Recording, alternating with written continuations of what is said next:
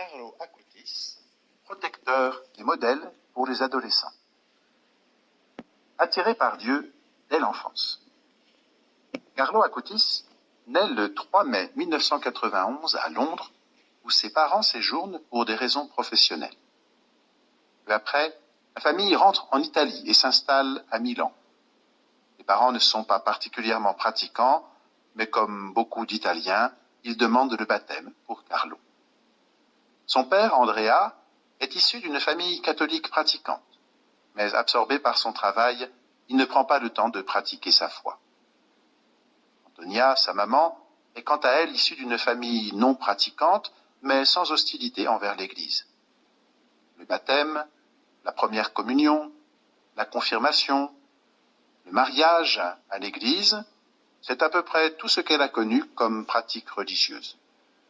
On ne peut donc pas dire que le jeune Carlo, tout baptisé qu'il est, soit immergé dans un milieu favorable au développement de sa foi.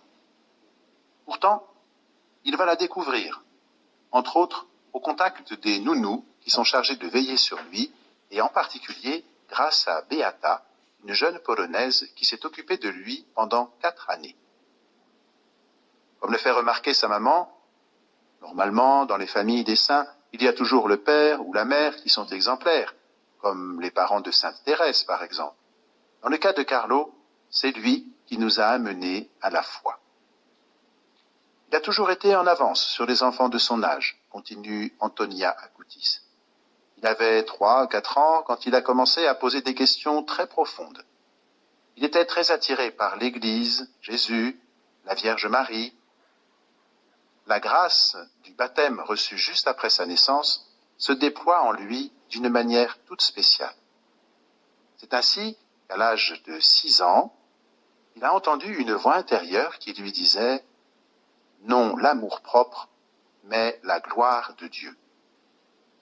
En grandissant, Carlo assaille sa maman de questions sur la foi, des questions auxquelles elle ne sait pas répondre. L'éducation religieuse de Carlo, par d'autres qu'elle, va devenir, pour sa maman, un vrai chemin de conversion spirituelle. C'est ainsi que, sur les conseils d'un prêtre, elle va entreprendre des études de théologie et devenir, peu à peu, une chrétienne convaincue. Mais, à l'aide d'un merveilleux petit livre qui s'intitule Carlo Acutis, La Passion du ciel, aux éditions de l'Emmanuel, revenons à Carlo. À l'âge de 4 ans, il perd son nono, grand-père maternel. Peu après sa mort, il raconte en famille que ce grand-père lui est apparu pour lui demander d'intercéder pour lui parce qu'il est au purgatoire. Cet événement marque profondément Carlo, qui perçoit alors l'importance du ciel. À partir de ce moment, il prie avec ferveur pour la libération de son grand-père et en particulier assiste à la messe qui est selon lui la prière la plus importante pour aider les âmes à sortir du purgatoire. Très impressionné par le fait que son nono est au purgatoire, Carlo se met aussi à prier pour ses grands-parents encore vivants afin de leur éviter cette épreuve.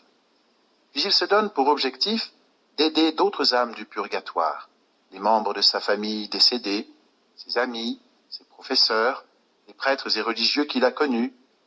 Son âme d'enfant découvre ainsi une dimension importante de notre foi qu'est la communion des saints. Par nos prières, nous pouvons aider d'autres personnes à être sauvées. Dans le cœur de Carlo grandit un autre désir, celui de la communion. Je vous ai dit que sa maman avait entrepris des études de théologie. Et bien voilà que pendant ses cours de théologie, Antonia Acutis rencontre un professeur qui lui demande de remplacer une religieuse pour préparer des enfants à la première communion. Elle répond qu'elle est prête à rendre ce service, mais ajoute qu'elle a un fils qui désire lui aussi vivement recevoir la communion. Le prêtre lui propose alors de l'emmener avec elle pour ses séances de catéchisme. C'était vraiment providentiel, raconte-t-elle. Carlo connaissait déjà beaucoup de choses et il a suivi bien volonté tout ce que sa maman disait aux autres enfants pour les préparer à leur communion. Ensuite, Il a été interrogé par l'ancien secrétaire personnel du pape Saint Paul VI en personne, Monseigneur Pasquale Macchi, pour vérifier qu'il pouvait approcher de la table eucharistique. C'est le 16 juin 1998 que Carlo reçoit pour la première fois Jésus hostie à l'âge de 7 ans, c'est-à-dire 1 an avant la moyenne des jeunes garçons et filles italiens. La première communion de Carlo marque un véritable tournant dans sa vie. À partir de ce moment, il désire participer à l'Eucharistie chaque jour. Dans sa paroisse, Santa Maria Segreta, à Milan, il y a la messe quotidienne à 18 et à 19 heures.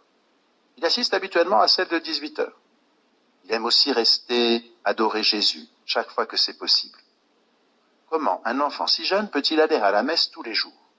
Sa maman répond: je l'emmenais quand je pouvais, sinon ma mère le faisait. Elle était venue habiter près de chez nous après la mort de mon père. Sinon, c'était Rajesh, le domestique hindou, qui le conduisait. Citons pour conclure une des pensées de Carlo, exprimant son amour de l'Eucharistie. Plus nous recevrons l'Eucharistie, plus nous deviendrons semblables à Jésus, et déjà sur cette terre, nous aurons un avant-goût du ciel.